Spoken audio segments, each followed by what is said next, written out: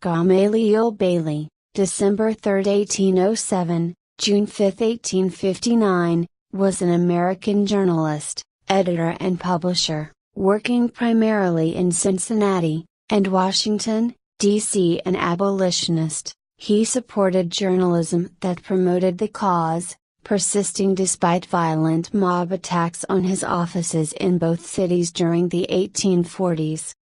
Biography.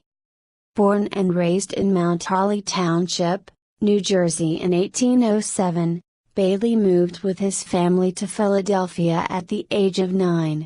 He was educated at home and in local schools. Bailey graduated from the Jefferson Medical College, Philadelphia, in 1827.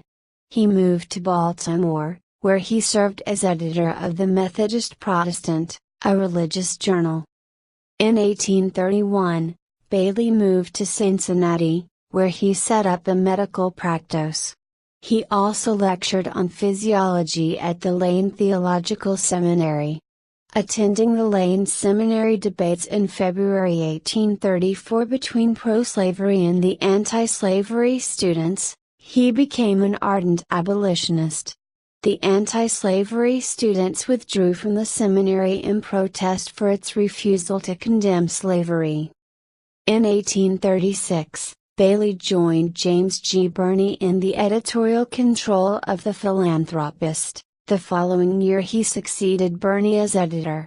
He directed the paper in publishing anti-slavery articles until 1847. In spite of threats and acts of violence, the printing office of The Philanthropist was wrecked 3 times by pro-slavery mobs. Beginning in 1843, Bailey also edited a daily paper, The Herald. In 1847 he assumed control of the new abolitionist publication, The National Era. In Washington, D.C. his offices were attacked by pro-slavery mobs. In 1848, he and his printers were under siege for 3 days as a mob held them hostage. This paper had a considerable circulation nationally.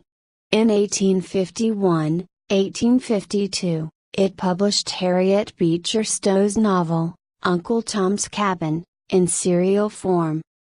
In 1859, Bailey died at the age of 51 at sea aboard the steamship Perigo while en route to Europe. His body was originally buried in Congressional Cemetery in Washington, D.C. His wife, Margaret, died in 1888 and was buried at Oak Hill Cemetery, across the city. Bailey's son, Marcellus, had his father's remains disinterred and reburied in an unmarked grave next to Margaret.